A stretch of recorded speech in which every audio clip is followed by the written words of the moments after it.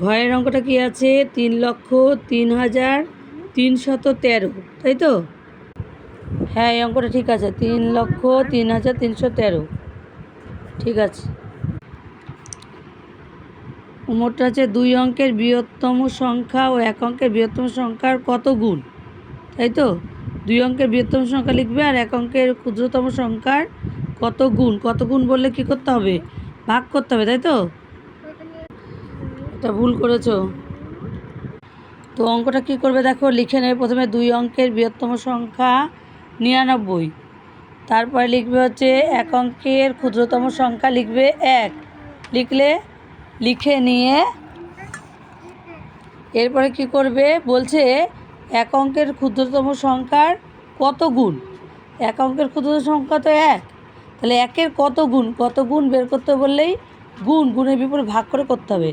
তাহলে 1 দিয়ে ভাগ করছি, 9 অঙ্কে 9, বিয়োগ করলে কত হচ্ছে 0, বাদিকে 0 পড়ে না, তারপর নামলো 9, 9 অঙ্কে 9, তাহলে উত্তর কী লিখবে? 99 গুণ। কত গুণ? 99 গুণ।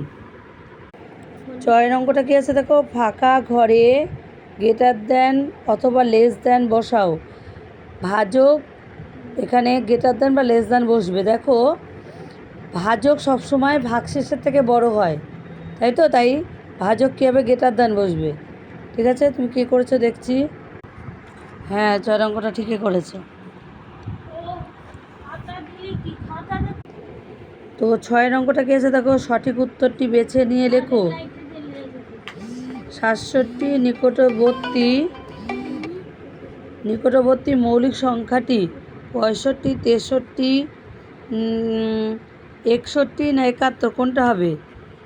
দেখো 67 পরে কী হবে? 68 তোমার যৌগিক সংখ্যা, 69 সেটাও যৌগিক সংখ্যা, 70 সেটাও যৌগিক সংখ্যা, 71 হচ্ছে মৌলিক সংখ্যা। তাহলে কোনটা হবে? 71। দেখি তুমি কি লিখেছো। ঠিক আছে, লিখেছো, ঠিক কী করেছো। মৌলিক সংখ্যাটি হলো 71। এর পরের অঙ্কটা কি আছে? 72, 90 আর 54 এর গসাগু নির্ণয় করো। কত আছে এখানে? 4 করে অঙ্কটা, তাই তো? যে কোনো 4টি। আচ্ছা, ঠিক আছে।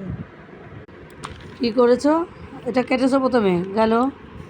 এটা লিখে নিয়েছো, হ্যাঁ, 2 দিয়ে। 36 দুগুণী 72, 45 দুগুণী 90, 27 দুগুণী 54, তাই তো? 3 দিয়ে, 3 বারং 36, 3 পূরং 45, 3 নং 27, 3 4 12, 3 5 15, 3 3 9। হ্যাঁ,